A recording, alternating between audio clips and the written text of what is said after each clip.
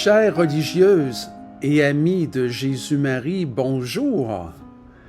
Salutations particulières à Sœur Monica, aux membres du Conseil général, ainsi qu'à Sœur Françoise Barra, supérieure de la province du Canada, et à ses conseillères présentes à Rome.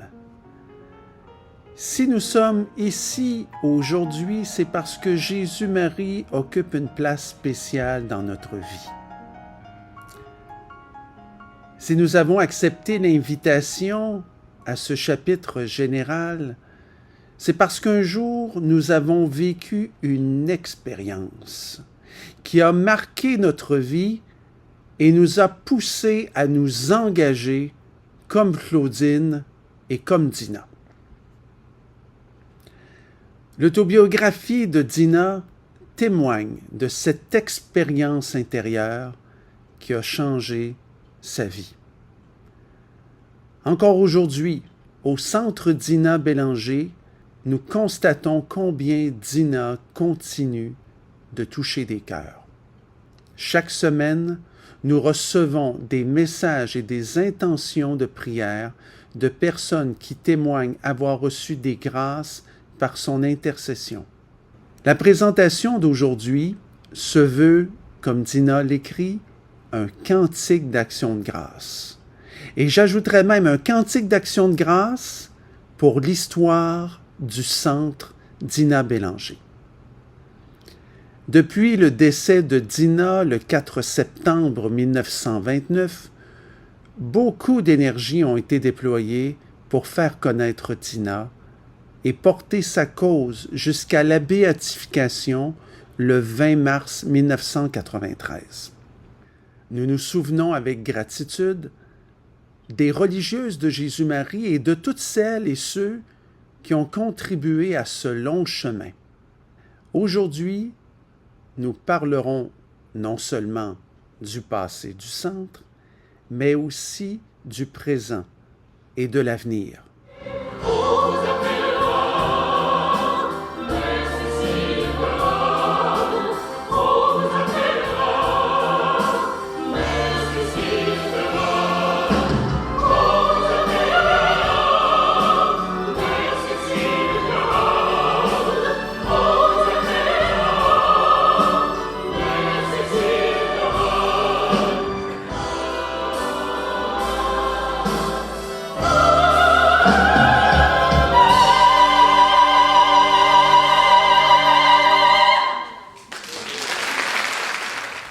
Vous savez, toutes les congrégations religieuses n'ont pas la grâce d'avoir une sainte et une bienheureuse.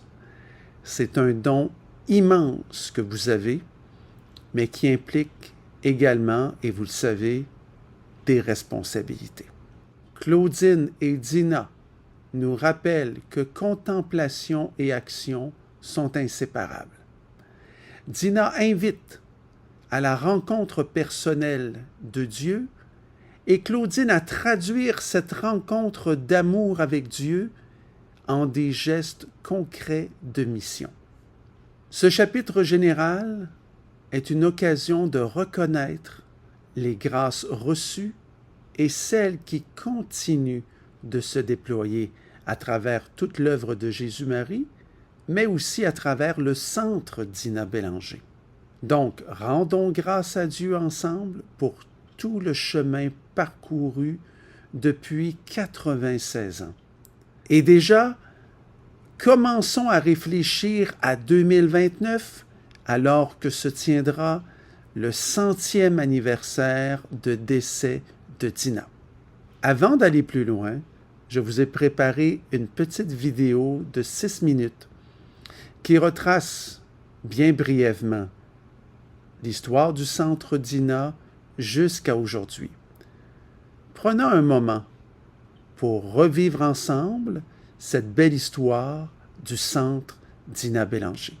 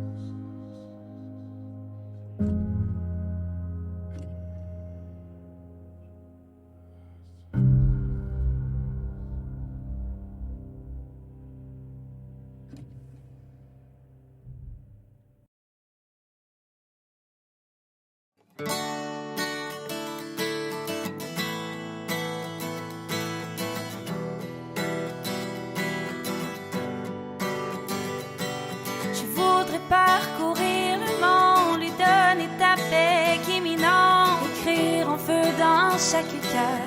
Mon Dieu, vous êtes mon bonheur. Je voudrais que partout sur terre, les hommes te sachent leur père. Que ton saint nom soit sanctifié, que ton règne soit glorifié.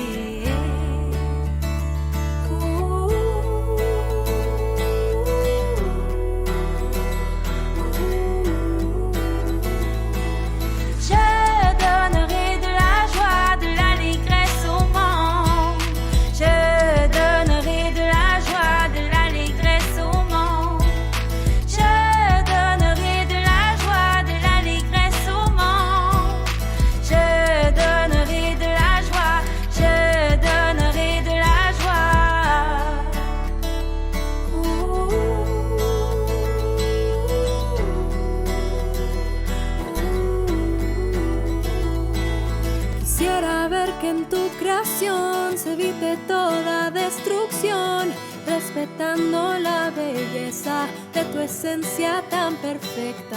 Es en tu misericordia que yo vivo cada hora, siempre en el perdón divino que me da tu corazón. Haz lo que quieras, Rey Supremo, tú gobiernas todo y más. Te contemplo y te amo, viviendo el cielo a través de ti. Je donnerai de la joie, de l'allégresse au monde. Je donnerai de la joie, de l'allégresse au monde. Je donnerai de la joie.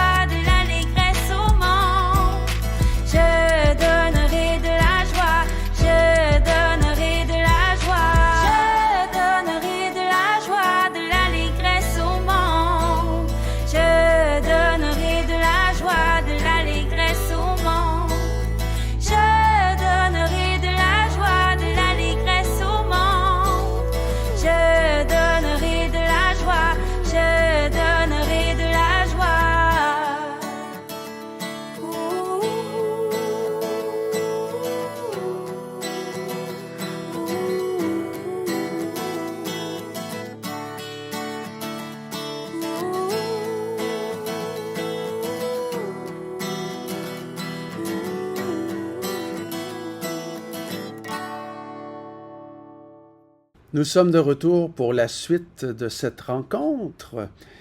Alors, les débuts du Centre Dina Bélanger.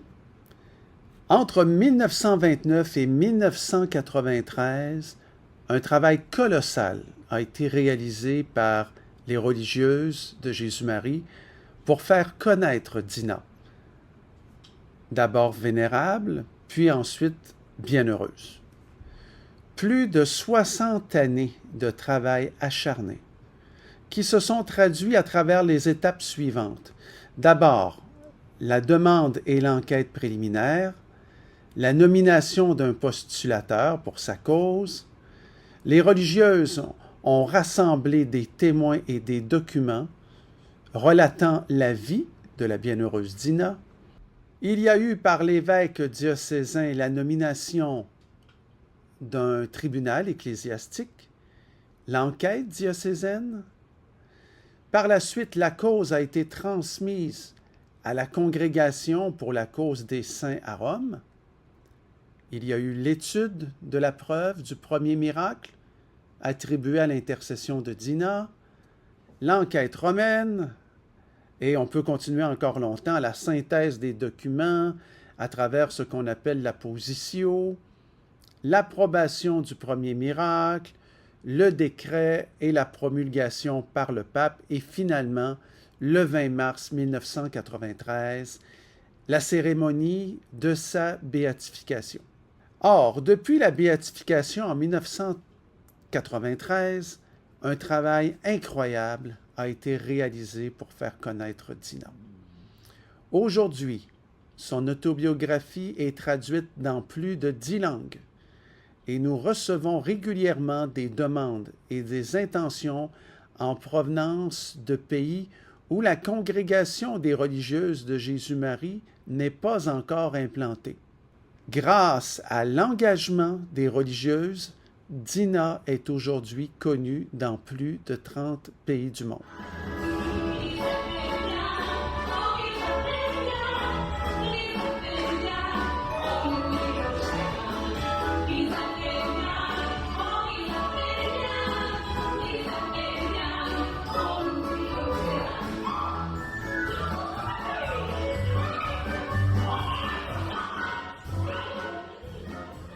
Plusieurs se demandent sans doute qui je suis et pourquoi je suis directeur du Centre Dina Bélanger. Je crois que, comme vous, j'y ai été conduit par une force plus grande que moi. Je n'ai pas choisi de travailler pour Dina, je crois plutôt que c'est elle qui me court après. Pourquoi?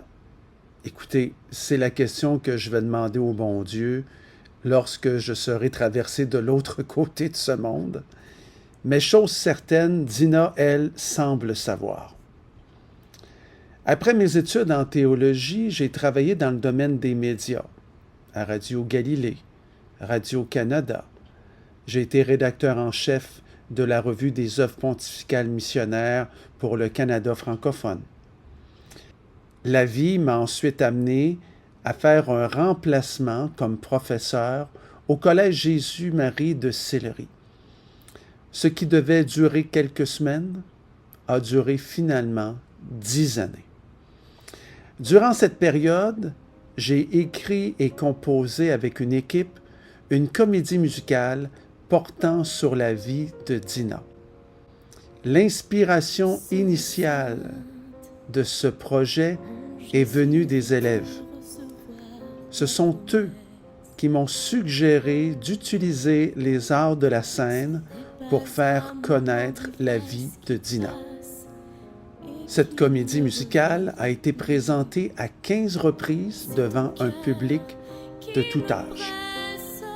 En passant, si certaines parmi vous veulent la présenter, nous avons toujours les musiques et les textes, si ça peut vous intéresser. Alors, cette comédie musicale a été présentée dans le cadre des fêtes du 400e anniversaire de Québec, mais également à l'occasion du Congrès eucharistique international de Québec. Au cours de ces 10 années au Collège Jésus-Marie de Sillery, le Québec a beaucoup changé. Le gouvernement a progressivement aboli le cours d'enseignement religieux catholique et un mouvement de laïcisation des écoles a débuté. La vie m'a alors amené à devoir revoir mon parcours. J'ai rejoint les Forces armées canadiennes comme aumônier militaire laïque. Ces 10 années en garnison et en zone de conflit ont été très formatrices. Après cette période, la famille m'a rappelé et j'ai quitté la force régulière pour servir comme aumônier laïque réserviste à temps partiel. Et encore une fois, Dina m'attendait.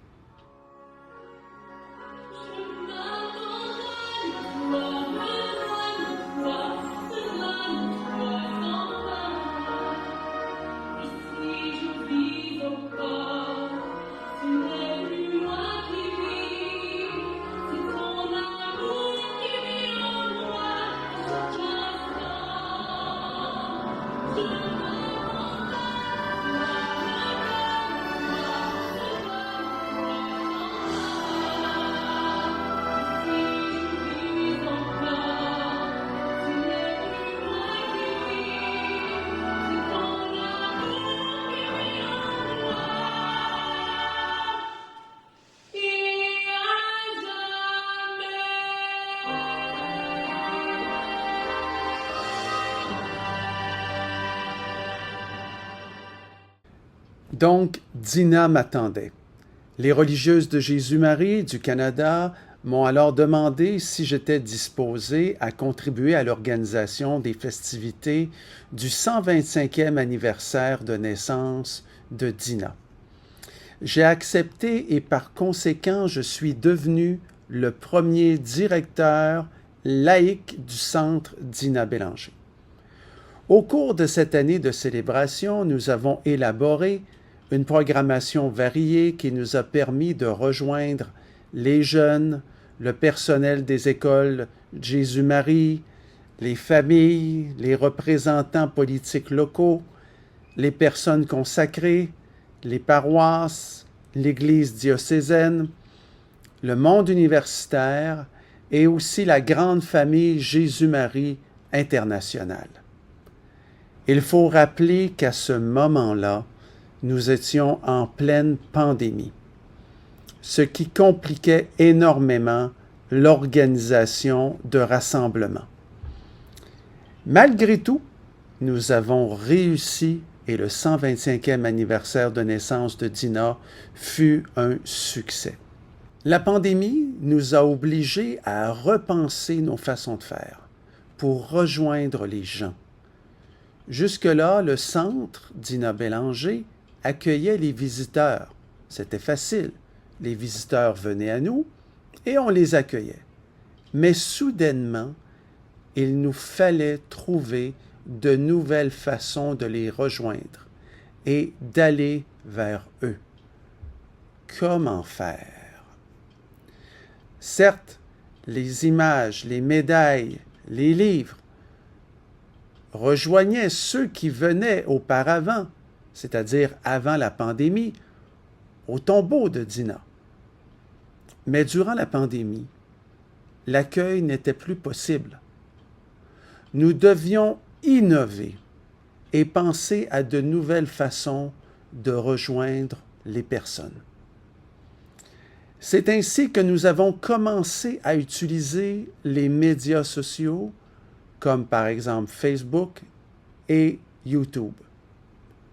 Nous avons alors découvert que Dina rejoignait non seulement les gens, mais touchait aussi un public beaucoup plus large, voire mondial.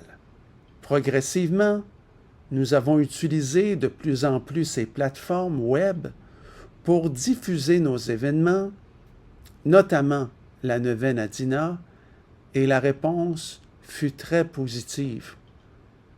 De quelques dizaines, voire centaines de personnes, nous pouvions dès lors toucher des milliers de personnes. C'est le parfait exemple qu'une situation qui nous semble parfois sans issue peut devenir un lieu d'opportunité. Mais encore faut-il vouloir oser et prendre le risque de changer nos habitudes et avancer dans la confiance.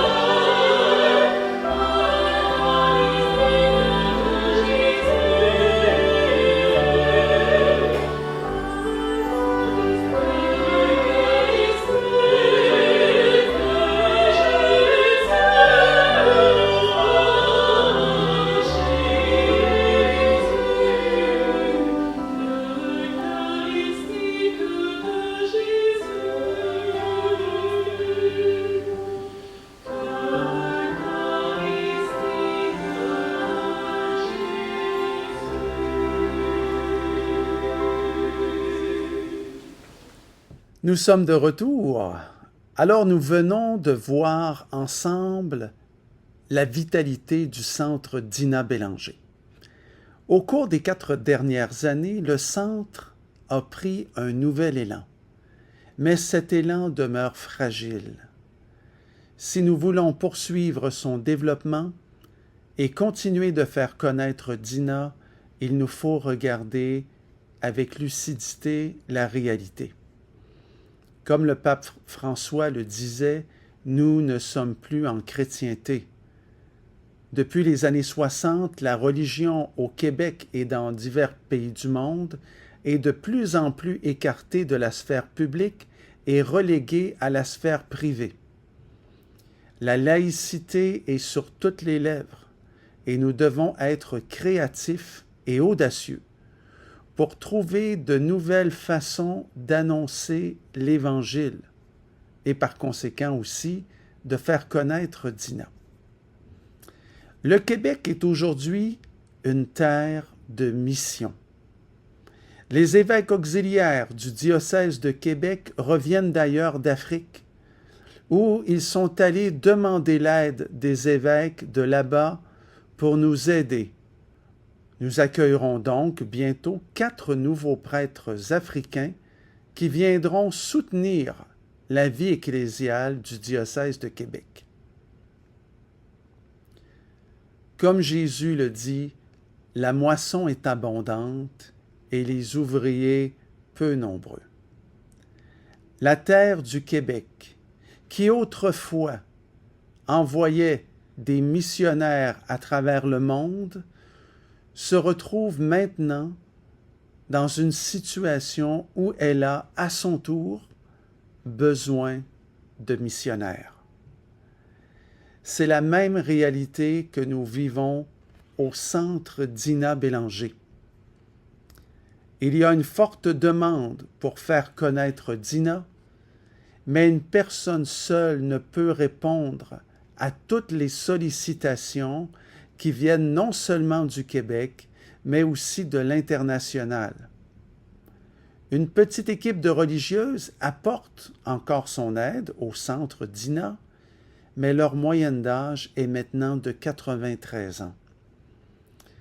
C'est pourquoi je viens vous demander votre aide, afin que chaque pays réfléchisse à l'apport qu'il peut apporter au centre Dina Bélanger.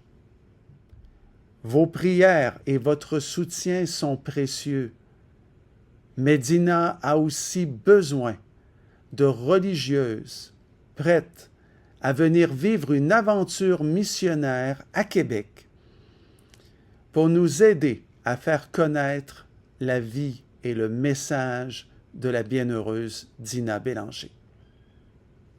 Si nous voulons que le centre continue d'être un véritable lieu de rayonnement, il est essentiel que les religieuses s'y engagent. Comme laïque, je peux relever de nombreux défis, mais il y a des réalités que seule une consacrée peut vraiment comprendre et porter. La réflexion que je partage avec vous aujourd'hui s'inscrit dans un processus plus large que nous avons amorcé sur l'avenir du Centre Dina Bélanger. Nous sommes arrivés à l'heure des décisions. Nous devons ensemble réfléchir à ce qui adviendra du centre lorsque les religieuses ne pourront plus s'en occuper. Et ce moment est déjà à nos portes. Amenez-les à mon cœur Eucharistie. Amenez-les à mon cœur Eucharistie. Amenez-les à mon cœur Eucharistie.